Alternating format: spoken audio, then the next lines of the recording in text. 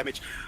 At this point in time, although Idris is being banned out, and then you picking up the Baron, but then you must understand that Glaive can counter Baron in the early game if played in the jungle, and Glaive does a rather good job sticking to Baron after the Baron burns the first jump jet, and Baron generally, Glaive generally can just take up 2 of the shots, up to 3 of the shots, 4 even, and then just burst you down afterwards.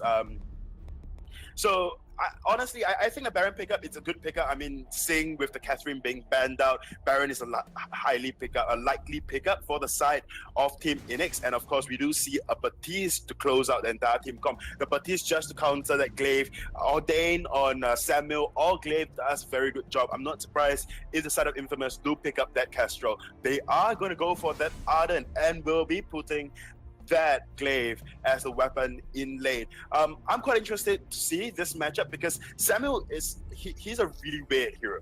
Usually when you have mages, their power spike is at level 8, especially that of Celeste when it has an increased range on her heliogenesis.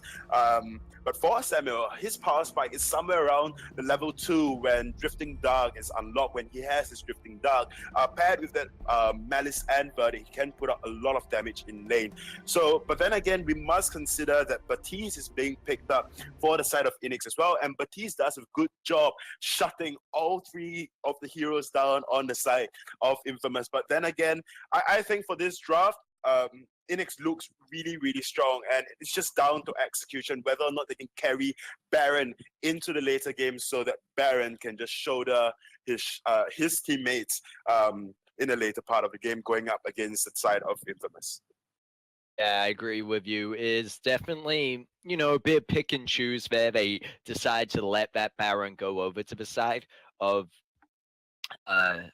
Eanix, and it will provide kind of a window of opportunity if they manage to get to the late game. However, as you said, this Glaive is going to be a very strong pick up against that if he's able to land the crucial afterburns. However, I think in response to that, Eanix have a good defense with the Lyra, with the Bright Bulwark, and of course, as you mentioned earlier, Baptiste able to lock down that Glaive. So it's going to be a close one, I believe, for this first match, and both teams did well in this initial drafting phase. One hero we didn't really touch on, however, was the Arden. And Arden is still just a good all-rounder support, having that Vanguard to go in and get anyone out of any imminent danger, as well as having the zoning capabilities with the Gauntlet. So it's going to rely on how these team fights and positioning break out on this one. I think it's too tough for me to call here, but if I had to put my bets on a team so far, it will be Eanix for me. Definitely. I mean, Eanix's draft just looks so much stronger with, their current lineup, and I'm not surprised if we'll lean for, Eanix. I agree with Die on this. Baptiste is just insane, especially in the early game, because Baptiste's, his spike generally he just needs,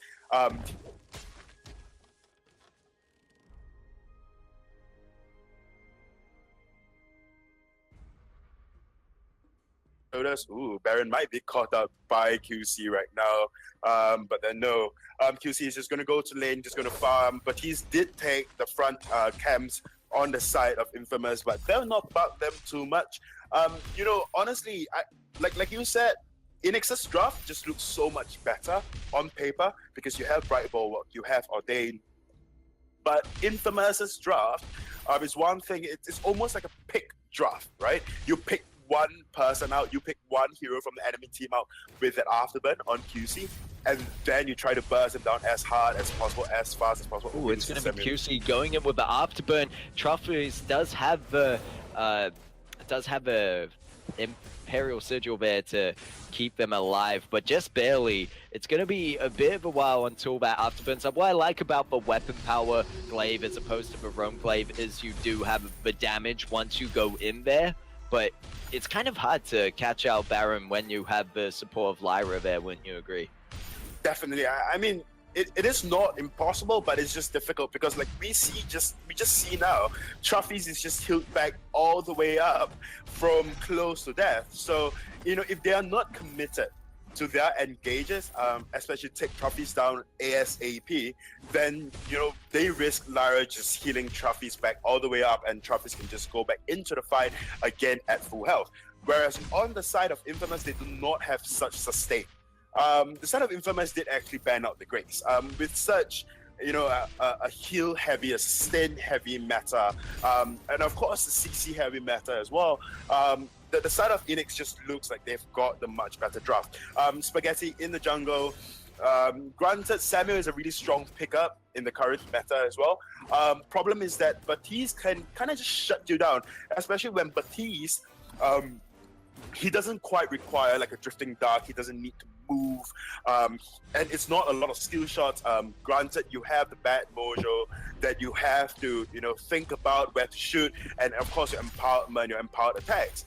But then, whereas for Samuel, your Malice and Verdict must hit in Drifting Dark while you're moving, and then of course, with that, you must hit a team as well, just to make your Malice and Verdict the most worth it for the amount of energy it consumes.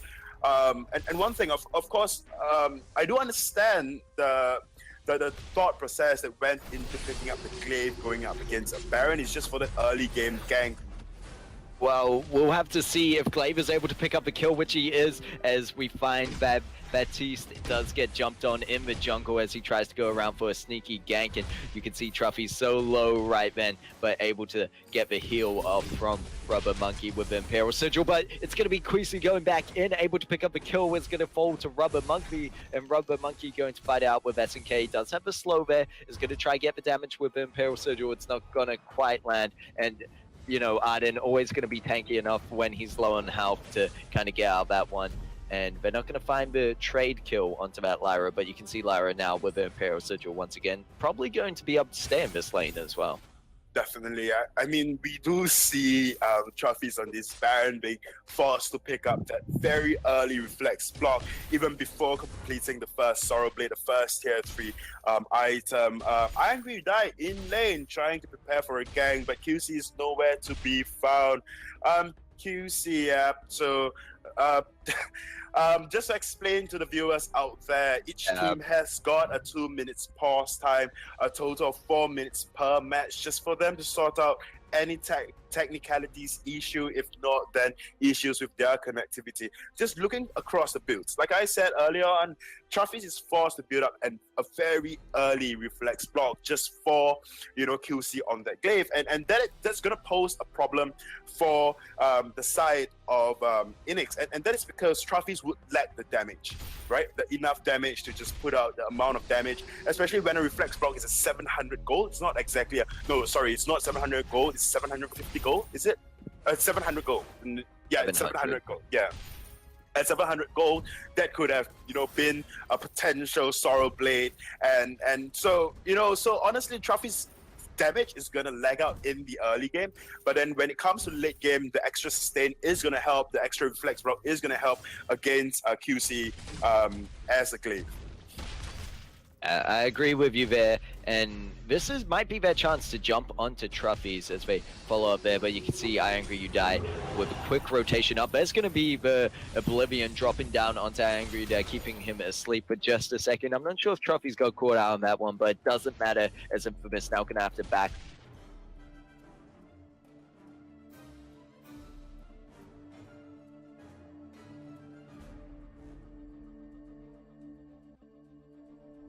having a great kind of rescue and peel for the Baron. Yeah, we do see QC already picking up a Sorrow Blade as compared to Trophies, who just picked it up now, but then sitting in QC's pocket is actually the very early infusion. Probably they are going to push tower. If not, then try to get an objective, a single objective as fast as possible, just so not to waste this infusion if popped and when popped. Spaghetti has gotten the first tier 3 item for himself, is that of the Eve of Harvest, as compared to Angry Die. Angry Die is going to make out and put out a lot more damage with that Shatterglass. But then what's going for Spaghetti is the amount of sustain that he has. Ooh.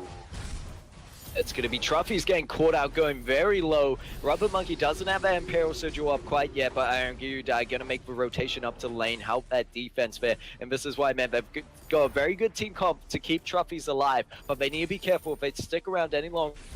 Glaive is going to have that afterburn up once again. You can see the fountain being used. If it wasn't, I believe Quisi would have tried to jump in there.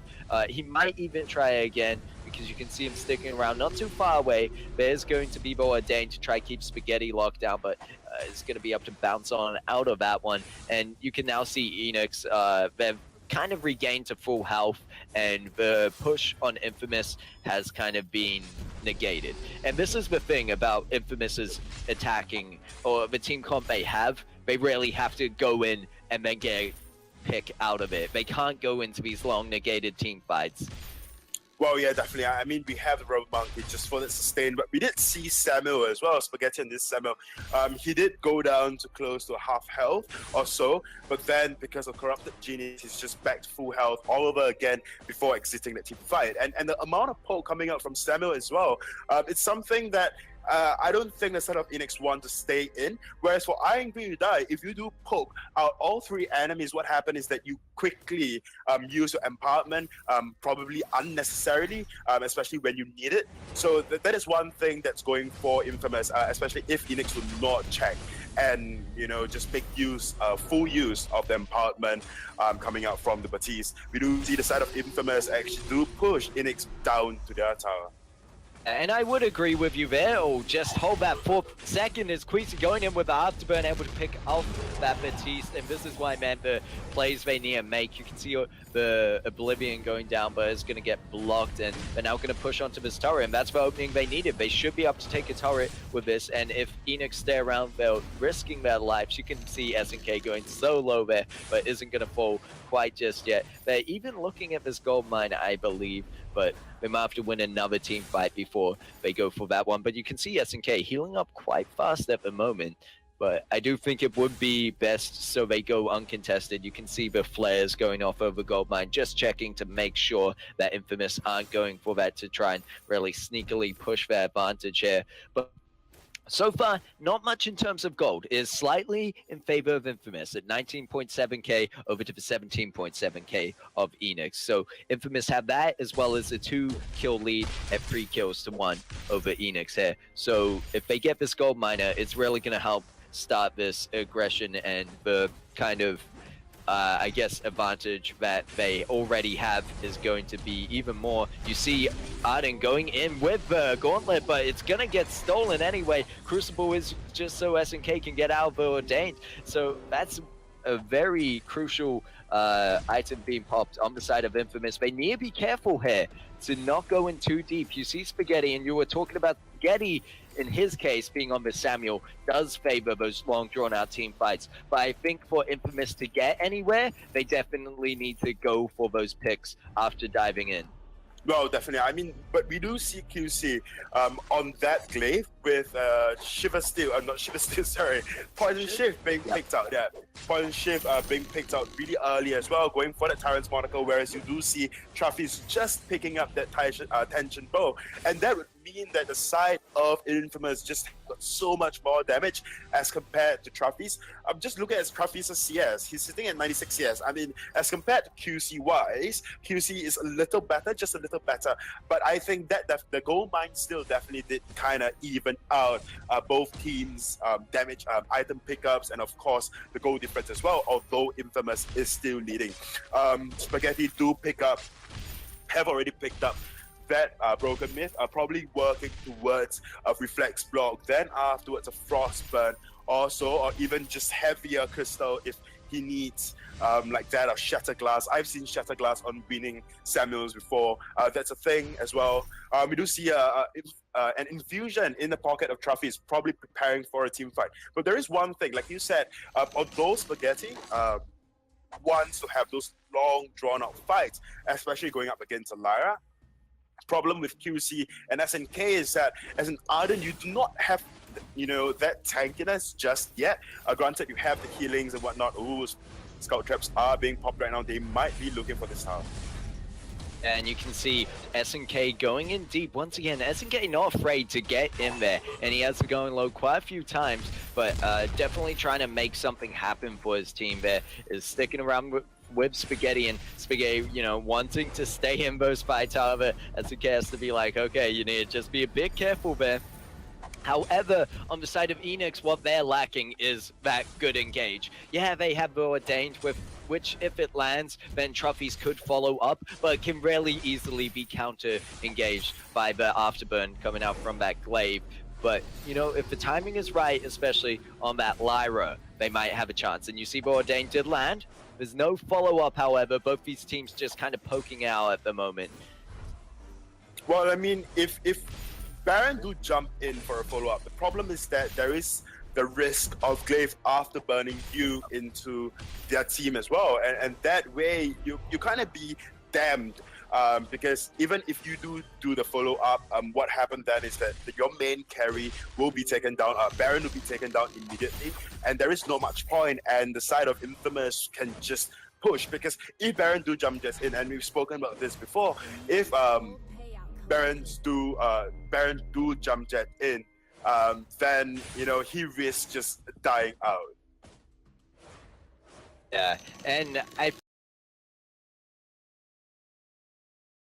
Infamous were the ones to start it, and they got it halfway, and you could just see the vision on the side of Infamous as opposed to the side of Eanix. I'm not sure about that gauntlet going out, but Angry Die is going to try to escape it, and then changed his mind, which might cost them. There's going to be the echo on the gauntlet, and Infamous not too keen on going into this one. They're respecting the damage coming out from Trophies. SNK going to make the call to back, but it's going to be Spaghetti getting caught out on the Ordain, trying to fight this one out. He's putting out a lot of damage, but it's going to be the Fountain, and they might be able to turn this one around as Queasy goes in with Afterburn, able to pick up an Angry Die. Now moving on to Trophies, and there's the Imperial Sigil, but it's not going to even save Lyra. Trophies so low right now with nowhere to run, gets caught off by Empowered. What is that one? Empowered versus...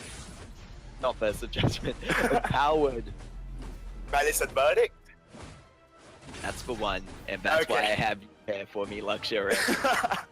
Always here for you, mate. Always here for you. Now we can see, look at just how much they took from those few kills. Infamous are looking for the game at 17 minutes in. They're only about 4k ahead in gold at 36.6 over to the 32.4k of Eanix. But they are looking for so much right now. They've had so much control of this game so far. And this is why they're the top team. You saw them get a turret out of that one, get the Kraken, and they only have the Anchor and the last two to protect them at this point. But if Infamous play this one well, and with that AoE damage coming out from Spaghetti, it's going to be so hard for Eanix to defend. Well, yeah, and one thing that, you know, a lot of viewers and a lot of players do forget is that Glaive, whenever he hits a crit, his damage is AoE as well. And that is where Glaive is going to get all of the sustain from. We do see Ion Cannon being dropped just to fend off the invasion coming out from the side of Infamous, but I don't think that is just quite enough. We see QC going in, Ordain is being popped on QC. It looks like Infamous so far a good push. Kraken's down to half health, however. They need to make something happen now. You see the ultimate coming out from Angry Die, but it's not going to catch out anyone as it gets blocked. And there's going to be the response. Angry, you're able to make it out there, but Rubber Monkey still in this front line. Infamous at this moment going for turrets, but they need to consider backing out. Fountain is already down. QC's low. That's a fairly decent push for them. They weren't able to finish out, but they got 2 turrets out of that, and that's enough to make up for the difference of Kraken's gold worth. And now they're going to make the risky play of going for that Crystal Sentry once again, and they will find it, but Arden is going to be the first to fall. Glaive is low, might be able to make it out there. Does get the Triamp for a bit of healing, is staying around, looking for a chance to Afterburn. Probably going to go into Angry Die, but instead just going straight onto Baron, and Baron able to turn around just barely. But Spaghetti still in this fight with this sustain, but it's not going to be enough to go through the burst of Angry Die, or is it? Is it? As he turns around, and he is so low, but he is out there. Spaghetti, turn around and leave. No, no Spaghetti. He's gonna go for it, but it's too late as the side of Eanix have backed.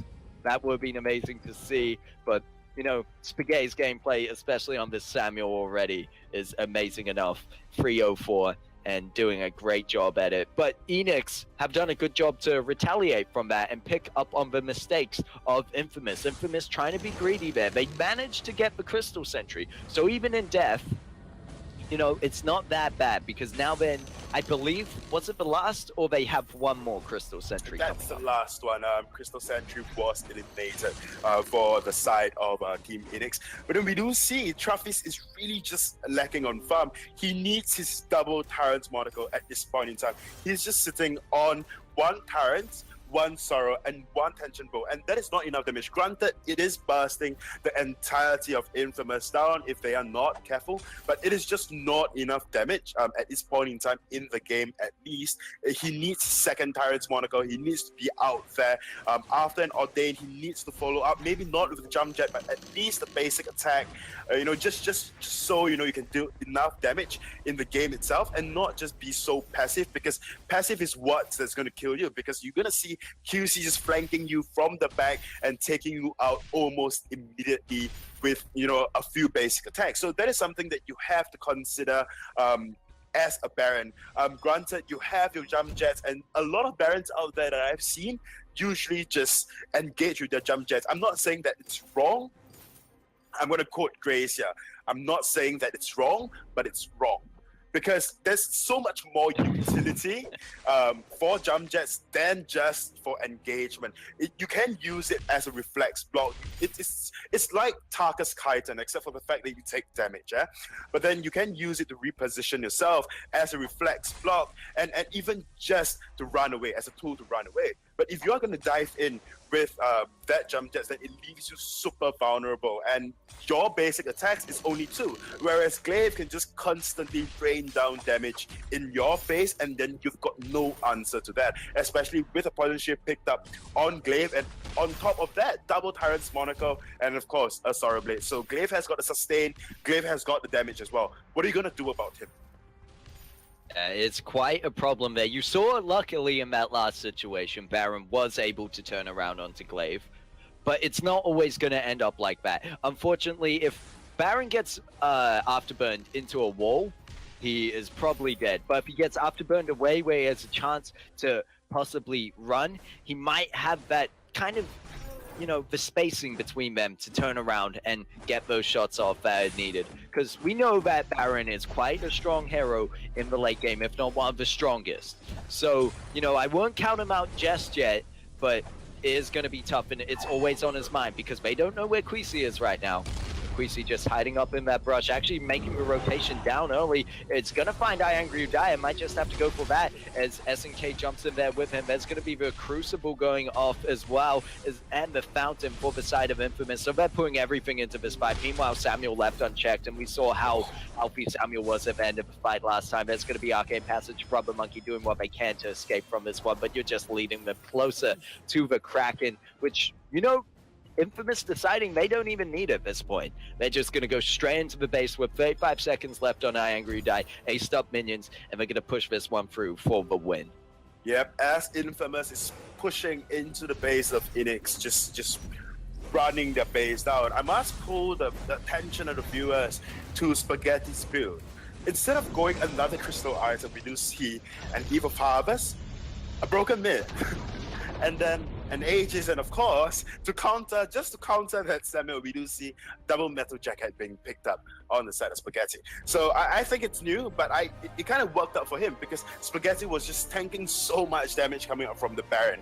And although Baron has got the armor pierce from the Tension Bow, but it did almost no damage onto Spaghetti. And QC, like I said, whenever you go up against a Baron, you try to match the Baron stat for stat. And QC did just that. He has double Tyrant's monocle. He has a poison shift.